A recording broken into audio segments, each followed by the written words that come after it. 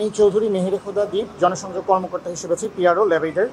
Professor doctor Syed Manjurul Islam sir ৭৫ বছর বয়স। গত ৩ তারিখ সকাল ১১টায় উনি মুমূর্ষু অবস্থায় হার্ট অ্যাটাক নিয়ে আমাদের হাসপাতালে ভর্তি হন।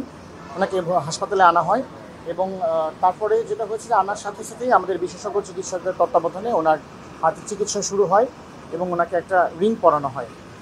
তখন আমরা যে কেস স্টাডিতে জানি যে ওনার দীর্ঘদিন ধরেই তিনি উচ্চ রক্তচাপ আর কিডনি জটিলতায় ভুগছিলেন। তো রিং পরানোর পরপরই যেহেতু আরও অন্যান্য সমস্যাগুলো ছিল, এই কারণে একটি মেডিকেল বোর্ড গঠন করা হয় এবং মেডিকেল বোর্ডের সিদ্ধান্ত অনুযায়ী ওনার চিকিৎসা চলছিল। ৫ তারিখে ওনার শারীরিক অবস্থার বেশ অবনতি হয়। অবনতি হওয়ার পরে আমরা তখন ওনাকে পরিবারের সম্মতিতে লাইফ সাপোর্টে নিতে বাধ্য হই এবং ওনাকে লাইফ সাপোর্টে নেওয়া হয়। ৭ তারিখে ওনার অবস্থার বেশ কিছুটা উন্নতি হয়। উন্নতি হওয়ার পরে ওনার লাইফ সাপোর্ট খুলে নেওয়া হয়। পরবর্তীতে আজ সকালবেলা তার শারীরিক অবস্থার আবারও অবনতি হয়। অবনতি হলে আমরা তাকে আবারও লাইফ সাপোর্টে নিতে বাধ্য হই এবং তারপরে আজকে বিকেল ৫টার সময় heart attack, heart failure, kidney জটিলতা এবং শ্বাস প্রশ্বাসজনিত জটিলতার কারণে উনি বিকেল ৫টায় শেষ নিঃশ্বাস ত্যাগ করেন।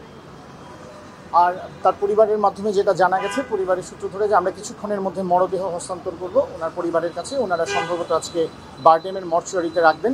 তারপরে আগামীকালকে সকাল ১১টায় সর্বসাধারণের শ্রদ্ধা নিবেদনের জন্য ওনারা মরদেহ রাখা হবে কেন্দ্রীয় শহীদ মিনারে। এরপর জোহরের নামাজের পরে ঢাকা বিশ্ববিদ্যালয়ের কেন্দ্রীয় মসজিদে ওনার জানাজা হবে এবং তারপরে মিরপুর ১৪ নম্বরে যে বুদ্ধিজীবী কবরস্থান আছে সেখানে তাকে দাফন করার সিদ্ধান্ত হয়েছে। পরিবারের পক্ষ থেকে আমাদেরকে এটাই জানানো হয়েছে। ধন্যবাদ।